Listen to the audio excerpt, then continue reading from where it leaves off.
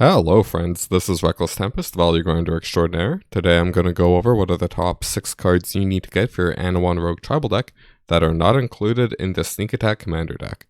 Before we begin, please click the subscribe button down below to get notified when I craft new VODs on MTG news, finance, and gameplay. First up we have Scheming Symmetry.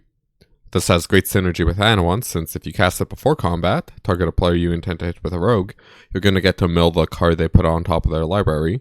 Thus, it'll give you a nice Vampiric Tutor effect with a very cheap price tag. Also, if your opponent gets out of line and actually puts something big on top, you can really punish them with black reanimator spells like Reanimate, Animate Dead, etc., etc., etc. Next up, we have a cheap rogue in Disciple of Deceit. I think this card's going to be pretty good with Anowon, since there's actually a bit of a deficit with good 2-mana rogues.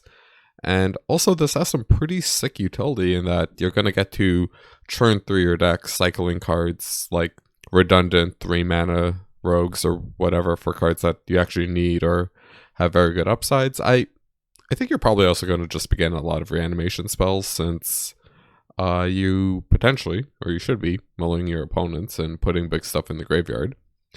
But also just being able to cherry pick good interaction in blue-black is going to go a long way. Next up is Cloak and Dagger. This is a sweet mana efficient way to pump and protect your rogues for the low cost of 2 mana.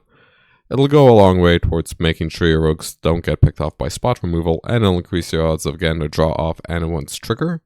Yeah, I think this is going to go a long way. Getting into 3-drops, we have that Adele Inquisitor.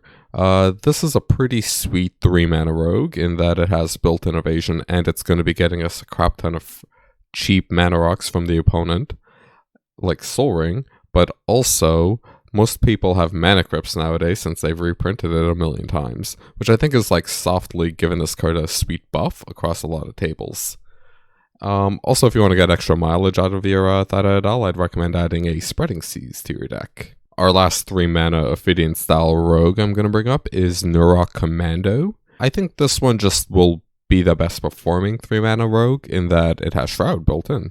So the odds of you being able to draw a card off of it on your next turn are going to be really high, and that extra point of power it has compared to most other Ophidians, combined with you casting an Anowon, means you're probably going to get to draw 2 cards most likely. Lastly, we have KnowledgeExploitation. This is a huge payoff for a rogue tribal, and one of the biggest ones in my opinion.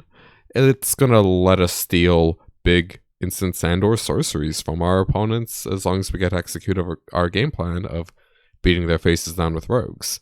Some of the big targets include Dig Through Time, Time Stitch, Ruinous Ultimatum, Genesis Ultimatum, and Casualties of War. Those are my top 6 cards you're going to want for your Anowon Rogue deck. I hope you found it useful. If I missed anything, please feel free to leave a comment down below. Lastly, please check out my eBay store where I sell Magic the Gathering cards, and my Twitch stream. Links down in the description below. See you next time.